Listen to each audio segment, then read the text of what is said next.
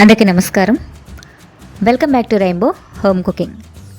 ఈరోజు మీ అందరికీ కాజు చిక్కీని చాలా సింపుల్గా టేస్టీగా ఎలా చేసుకోవాలో చేసి చూపిస్తాను.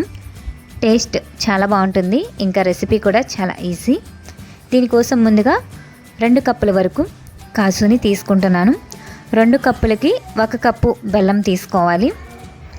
ముందుగా ఈ జీడిపప్పుని వేయించుకోవాలి.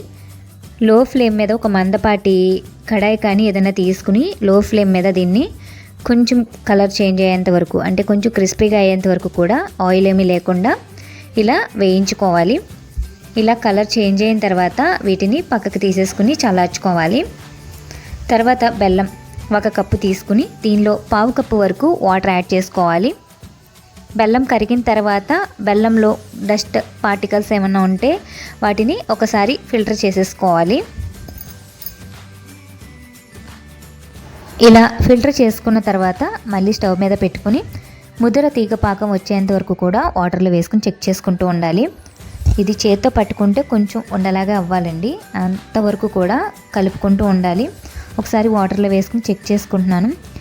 పాకం ఇలా దగ్గర పడిపోయింది కదా, ఇప్పుడు దీనిలో ముందుగా వేయించి పెట్టుకున్న జీడిపప్పుని వేసేసుకోవాలి.